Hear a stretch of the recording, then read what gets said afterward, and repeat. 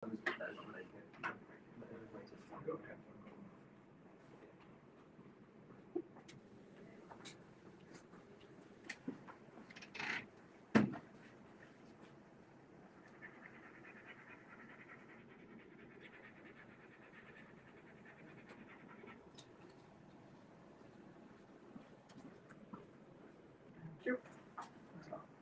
That's my answer. We should do it for sure.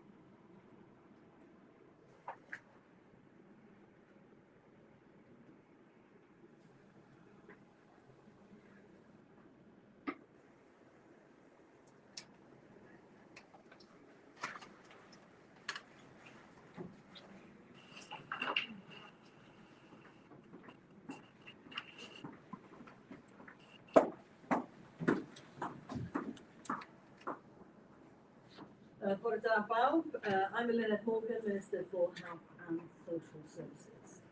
Heddiw byddaf yn cyhoeddi strategaeth newydd I drawsnewid a chyflymu gwasanaethau diagnostig, fel gall pobl gael gwybod nad oes problem ganddyn nhw gynted â phosibl, neu dechrau triniaeth yn hyn. Today I will be publishing a new plan to transform and speed up diagnostic services so people can either be given the all clear as quickly as possible or start treatment sooner. As many as 85% of people who are waiting for treatment will need at least one type of diagnostic test. This might be an imaging test or a more invasive procedure such as an endoscopy to find out what's happening to them. Diagnostics play a really key role in identifying both people's medical conditions and their cause of treatment. And that's why in Wales, unlike in England, including the waiting time for diagnostics in our overall referral for treatment plans is something that happens here. Around 6% of people on our waiting list at the moment are waiting for a diagnostic test. That's about 20,000 people. Y gwasanaeth iechyd yn gweithio'n galed I leihau'r amser pan rhaid bobl aros am draw diagnostic. Rydyn ni wedi gwneud cynnydd gwirioneddol o ran torri arosiadau hir, a bydd y strategaeth newydd hon yn helpu I wella pethau yn hynny. The NHS is working hard to reduce the time people have to wait for a diagnostic test. We've made some real progress in cutting long waits, and this new strategy will help to improve things further. Diagnostics span a wide range of specialities in the NHS. We have already a number of well-developed plans for the workforce and technology and a number of these different diagnostic specialities, such as the National Programme for Imaging, for Pathology, Endoscopy, Healthcare Sciences and Genomics. Together, they cover most diagnostic techniques. Over the last 4 years, we've invested more than £55 million in diagnostic equipment, including new CT and MRI scanners, and we've invested in the workforce, increasing the number of histopathologists by 14%, the clinical radiology staff by 16%, and we've increased the number of diagnostic radiographer training courses by 34%. Now this is all good news, but we need to do more to support the NHS to recover future demand. This strategy sets out how we'll do this by developing the workforce, supporting innovation, and creating regional diagnostic hubs.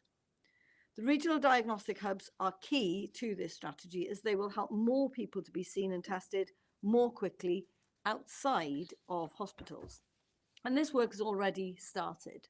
The former British Airways building in Llantrisant, which are close to the Royal Glamorgan Hospital, are being transformed into a regional diagnostic hub for South East Wales. Once fully operational, we expect large numbers of people to be seen at the centre for a range of routine diagnostic tests, which would normally be carried out at the main hospital. And that will in turn free up space at the Royal Glamorgan Hospital and at other hospitals for other activity to be undertaken. We're also exploring whether the site can become home to a regional endoscopy unit with 2 theatres and a clinical skills training academy. Health Education and Improvement Wales is developing a diagnostics workforce plan, and we're looking at options for creating dedicated training centres for the next generation of diagnostic scientists and clinicians, similar to the National Imaging Academy. Encouraging innovation and harnessing the latest technology and science to develop new ways of diagnosing people and diseases will be crucial to the success of this strategy. To do that, we need to bring together the NHS, science and industry to develop new solutions. The new and exciting trial evaluating the benefits of using liquid biopsy diagnostic technology for people with suspected lung cancer is just one example of this. This study, involving more than 1,200 people, which is launched today, will look at how a blood test can reduce the time between diagnosis and treatment.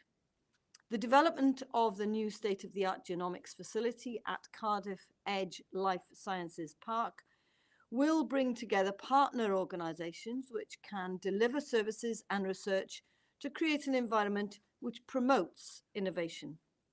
The strategy also sets out how we will transform the delivery of diagnostic services in Wales, ensuring best practice can be swiftly rolled out across the NHS. In imaging, the expansion of positron emission tomography capacity, also known as PET scanners, will allow us to perform more scans with higher accuracy and reliability than the existing analogue and mobile scanners. In North Wales, we've rolled out digital cellular pathology, enabling faster reporting times and reducing the time taken for lymphoma diagnosis. Bob blwyddyn bydd angen prawf diagnostic ar filoedd ohono ni gadarnhau neu diystyrru cyflwr penodol. I ni am I bawb gael mynediad amserol I brofion diagnostig o ansawdd uchel. Bydd hyn yn hanfodol mwyn sicrhau bod pobl yn cael y driniaeth orau posibl cyn gyntad a phosibl, yn ogystal â helpu leihau'r amser pryderus I bawb a alle fod yn byw gyda'r posibilrwydd o gael diagnosis brawychus. Dyna nod pennaf y strategaeth dwi'n cyhoeddi heddiw. Every year, thousands of us will need a diagnostic test to confirm or rule out a particular condition.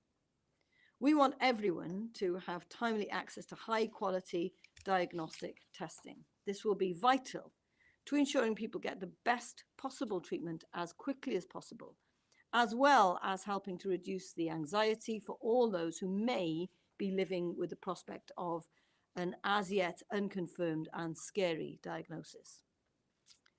That's the ultimate aim of the strategy that I'm publishing today. Diolch yn fawr iawn I chi, and I'm happy now to take questions. So, first one from Rodri Lewis, BBC. Gweinidog, would you mind providing your answers bilingually, please? Diolch yn fawr. Concerning the announcement on diagnostics, how long will it be before these regional hubs are in place? And what else are you doing to drive down waiting lists? Because the hubs will only help, according to your figures, about 6% of people who are currently on waiting lists. Diolch. So we're already moving forward quite quickly with the development in Llantrisant, so we're expecting that to be developed within the next year or so. And there are plans for 2 other centres to be developed in Wales. I think what's really important, though, is that we understand that actually we already have national programs in diagnostics on imaging, on genomics, on pathology, healthcare science, and endoscopy. So one of the things we're doing here is not just creating these new hubs, but we're also maximizing the capacity of the services that we have already. And to do that, for example, we'll be increasing capacity through outsourcing.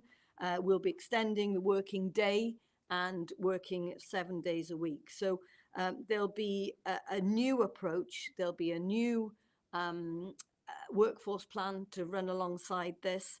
And it'll be really important, I think, in terms of the situation, for example, in Ansawdd Aer. We've increased the number of cardiology people involved already. So it's not just about the hubs, it's about maximising and using better some of the services that we have already. Felly, i ni yn gobeithio y byddwn ni'n cael 3 hwb rhanbarthol ag eisoes yn ardal Llantrysant, mae'r gwaith hynny wedi dechrau, gobeithio bydd hynny i gyd yn barod yn ystod y flwyddyn nesaf. Ond mae hwn yn adeiladu hefyd ar ben gwasanaethau sydd eisoes yna. Be ni eisiau gwneud yw sicrhau bod ni'n cynyddu'r capacity gyda yr hyn sydd gyda ni ar hyn o bryd. Mae hwnna'n golygu gweithio 7 diwrnod yr wythnos a falle gweithio'n hirach yn ystod y dydd i sicrhau bod ni'n defnyddio y gwasanaethau sydd gyda ni i'r eithaf. Ac ynghlwm gyda hwn fe fydd na ymgyrch i sicrhau ein bod ni yn hyfforddi fwy o bobl yn y maes yma. Diolch yn fawr. The second question isn't within your brief, but it's leading the news bulletin this morning, and that's obviously Sudan, the situation in Sudan. Can you say what contact, if any, Welsh Government has had with the UK Government about anybody from Wales who's trying to leave Sudan at the moment, please? So I can't give you detail on that, but obviously the Welsh Government will be keeping an eye on the situation, but obviously this lead will come from the Foreign Office, and they're the people responsible for trying to give support to any British citizens who are in Sudan at the moment. And we haven't heard specifically of any Welsh people yet, but obviously if we do, then we will engage with that. Mae fyny i'r Llywodraeth yn Deyrnas Unedig i arwen ar faterion rhyngwladol. Dyna pam nhw fydd yn gwneud yr ymgyrch i sicrhau bod ni'n gallu cael pobl allan o Sudan. Ond dyn ni'n ymwybodol ar hyn o bryd o unrhyw un o Gymru yna, ond yn sgwrs, os fyddwn ni'n clywed am hynny fyddwn ni yn sicrhau ein bod ni mewn cysylltiad gyda nhw. Adrian. Thank you very much, Minister. It was only a year ago that a similar strategy was announced by the Welsh Government. Does this strategy replace that one? And specifically, does it replace the targets that were set out in the strategy, which is no one waiting longer than a year for a first outpatient appointment? Actually, that was by the end of 2022, and eliminating the number of people waiting longer than 2 years by March 2023, also now gone. So in other words, does this strategy that you're announcing today replace that? No, this was part of the strategy, and if you read what was in that strategy, it made clear that we would be bringing forward a diagnostic strategy within the planned programme of care that we set out last year. So what we're doing is actually delivering on what we said we would do last year.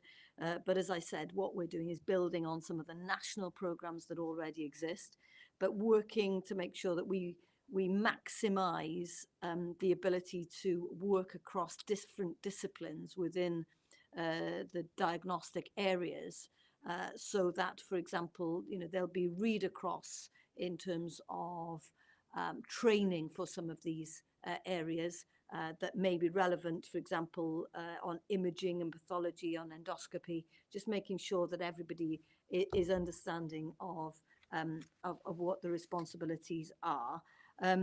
We've developed this plan in collaboration with key stakeholders throughout Wales. There will be a national diagnostic board, and part of their role will be to coordinate and ensure that there are high quality services, bringing together that national programme that we're announcing today with those regional and local partners. And where possible, we'll want to be doing some of this diagnostic work within our communities. I think it's probably worth emphasising that we're really keen to develop new technologies to use the very latest techniques. And the visit I did last week to the Heath Hospital really showed where we're heading in future in relation to this. Liquid biopsy, in other words, you take a sample of somebody's blood, which you can then test genomically, test the DNA, just to see if somebody's got cancer, which is a lot less invasive than some of the methods that we have at the moment. So making sure that we're the first in the UK to start doing that on this scale in the context of a national government approach. We've also got to look at artificial intelligence. So there's real opportunities there. And the more we digitize this, the more we can get artificial intelligence, for example, to read some of the results. And some of this can be outsourced to places like Australia. Some of that is already happening. So you're reading the results that are coming in overnight, so that we're really maximizing the opportunities there. So I think there's a lot of work that's already been undertaken, but this will take it, I think, to a different level. I think there are, as I say, we're maximizing what is already in place and just making sure that we sweat the assets we have to a much greater extent. Thank you. I can ask your reaction to the legal action launched by the UK government's Health Secretary, Steve Barclay. It's not just your reaction to that, but given the legal advice that his department has had, would you consider legal action in a similar set of circumstances in the future? Well, this is not the kind of approach we take in the Welsh Government. We like to work in social partnership with our trade union colleagues. It's interesting, isn't it, that this is the second time that there's been a response of this kind. The first one, when we saw the potential of strike action, they brought in a new law to require minimum service standards. That was something that we objected to. And now they're bringing in a stringent approach in terms of whether the action is legal. Look, we've now put our proposal to the health trade unions. We very much hope that they will take up the opportunity, which is a significant increase, 15% on average increase overall over 2 years. We know that the majority of the health trade unions will be recommending this to their members. We very much hope that they'll take up that opportunity, because I'm very keen to make sure that we deliver for the public in Wales. We know that we've got work to do to address the long waiting lists. That's not possible unless we have the workforce in place to make sure that they deliver. They're doing an incredible job. It's been quite remarkable, the improvements in terms of waiting lists. I think it's worth pointing out that there's been a 47% drop in the number of people waiting for 2 years for treatment from March last year. 12,000 people a month informed that they have no cancer. And I think it's probably worth emphasising once again that our waiting lists in Wales are going down while they're going up in England, and that's been the case for the past 5 months. Dan. Thank you, Minister. Could I also ask if I get my answers in Welsh and English as well, please? Clearly, part of this diagnostic plan is to bring down waiting times. But if people are getting an earlier diagnosis, are they not just being moved over to waiting for treatment? How important is it to get that treatment right at the very end of the conveyor belt, if you will? And what are you doing to make sure that happens? Well, if anything, Dan, the blockage at the moment is in the diagnostic area, which is why we're very, very keen to focus on this. We've got, as part of the ambition within the planned care recovery plan, we've said that we want to get diagnostic waits down to 8 weeks by the spring of next year. So that's our ambition. We hope to meet that ambition with this new strategy, with the developments of these new diagnostic hubs. You'll be aware that we've invested £1 billion or will invest £1 billion in planned care recovery over the course of this Senedd term. So around 6% of people on waiting lists are waiting for diagnostic tests. That's around 30,000 people. Felly, os rhywbeth, yn ni'n ymwybodol fod pobl sy'n y blocage ar hyn o bryd, mae yn yr ardal diagnostic yn hytrach na yr ymyrraeth nes ymlaen. A dyna pam ni wedi dod ymlaen gyda'r strategaeth yma. Ni mewn sefyllfa lle i ni wedi gweud bod nod gyda ni i sicrhau bod pobl yn cael eu prawf diagnostic nhw o fewn 8 wythnos erbyn yr amser hyn y blwyddyn nesaf. Mae tua 6% o bobl sydd ar yn rhestru aros ni ar hyn o bryd yn bobl sy'n aros am brawf diagnostic. I ni'n cyfri'r pobl hynny yn ein waiting list ni yn anhebyg i'r hyn sy'n digwydd yn Lloegr. And if I could ask about Betsy Cynhadledd Health Board, Plaid Cymru have accused your colleagues of misleading the Senedd over the decision to bring the Health Board out of special measures. Do you stand by what the First Minister and what your predecessor told the Senedd? And what was it exactly that the Welsh Government saw in the Health Board to make that decision to bring it out of special measures? Well, I know that the First Minister has written to Senedd members to set out very clearly the process and the system by which it is determined whether a health board is put into an intervention order. What happens is that Health Inspectorate Wales and the Welsh Government officials come together. They have a discussion. That's the first stage of the process. The second stage is that discussion informs the recommendations that are made to the Minister by the civil service, and then it's the Minister who makes the final decision. So it's quite a complex process. What I can tell you now is that we are looking at a new situation in Betsy Cynhadledd. We have the new independent board members in place.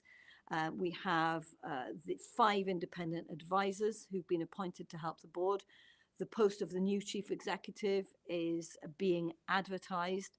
And I think it is important that people understand that we have had significant interventions now, and we're making sure that these are followed up, in particular in relation to patient safety, mental health, orthopaedic and planned care, and in the executive portfolios. It's probably worth also emphasising that the 111 Press 2 service, which is for support for mental health people, has been rolled out in North Wales and is available now for 24 hours a day. Felly mae Prif Weinidog wedi wneud yn glir beth yw'r system i benderfynu os mae cynnydd yn mynd i fod o ran intervention yn y byrddau iechyd. Mae wedi sgrifennu at aelodau'r Senedd i seto hynny allan. Mae'r bwrdd newydd wedi cwrdd, mae penodiad newydd yr ymgylch am benodiad ar gyfer prif weithredwr newydd ar gyfer Betsy eisoes wedi dechrau. Mae yna 5 cynghorydd sydd yn helpu y bwrdd iechyd. Felly mae pethau eisoes yn newid. Fydd hi'n broses hir i symud y sefyllfa ymlaen yn Betsy Cynhadledd. Bydd hi ddim yn digwydd dros nos, ond mae yna pethau yn digwydd eisoes, er enghraifft y 111 Press 2 service sydd yn help ar gyfer pobl sydd gyda problemau iechyd meddwl sydd ar gael am 4 awr yr 20.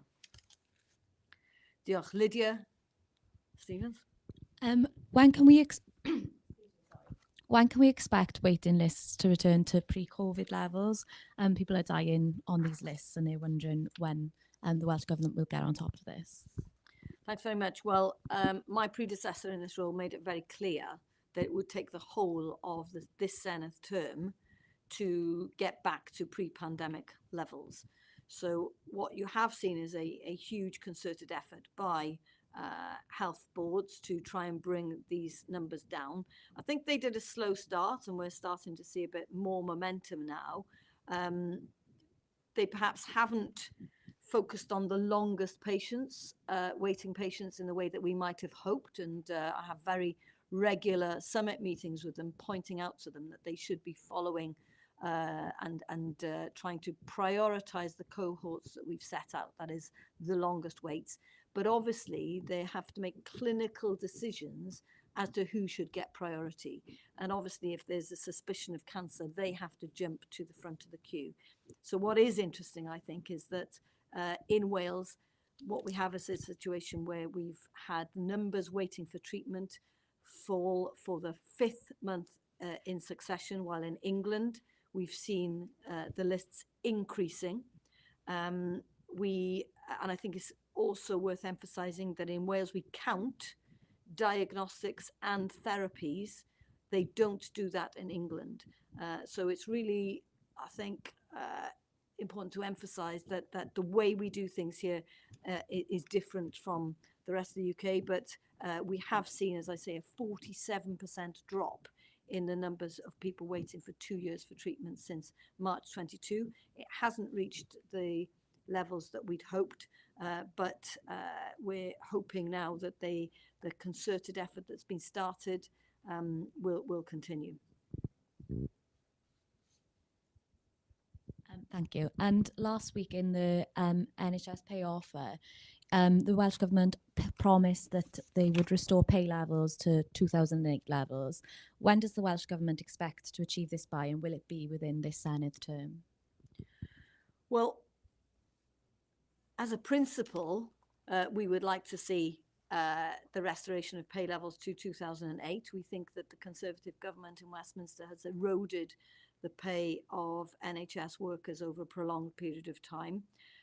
It's unlikely that the current Tory UK government are going to restore pay levels, and that's why we are very keen to make sure we have discussions with our Labour colleagues so that any incoming government would consider this.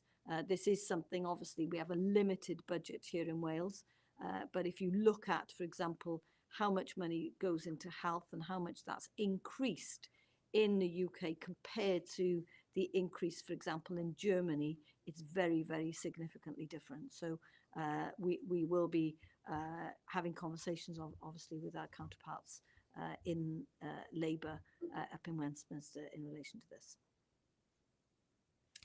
Tom McMagna. Thank you very much indeed, Minister. With my first question, I'd like you to keep in mind the reply you gave to Lydia's first question.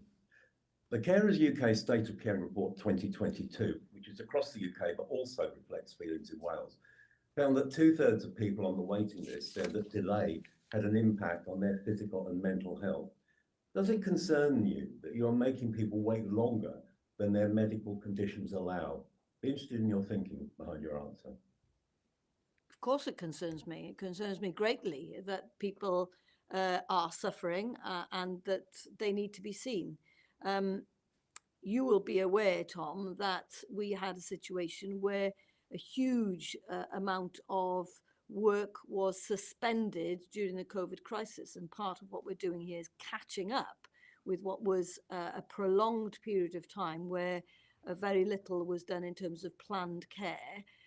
So that's not going to be changed overnight, and that's why we've put our programme in place. We are seeing those rates coming down, but of course I am very concerned about people's physical and mental health well-being. Thank you very much for that. Clearly, taking on new staff, finding new solutions and implementing them takes time. Do you accept that all in all, even allowing for the pandemic, more could have been done before now to improve people's physical and particularly mental health? Well, we have more people employed in the NHS than ever before. We have about 105,000 people working in the NHS. So that's a considerable increase in pre-pandemic. We are also investing over £250 million a year in training the next generation of health workers. But this isn't something new. This is something we've been working on for a number of years. And that's why, for example, you will have heard that already we've seen, for example, an increase in radiology staff by 16%, an increase in histopathologists by 14%. So already a lot of that work was in place. Now, just to give you a context for what we're up against, now this is my figure for the week, is that we saw a 93% increase in the number of red calls to the ambulance service compared to this time last year. 93%. So despite the fact that we have increased the number of people employed in the Welsh Ambulance Service by 350 over the past couple of years, clearly that kind of massive increase, you can't switch it on overnight. And let's not forget that our finances are restricted now, partly because of the massive inflationary pressures that we're all suffering from. But the NHS suffers from those inflationary pressures as well, including, for example, increased energy costs and medicine costs. So we have to absorb those costs. We've been given effectively a real-term cut in our budgets by the UK government. Great, diolch yn fawr iawn i chi gyd.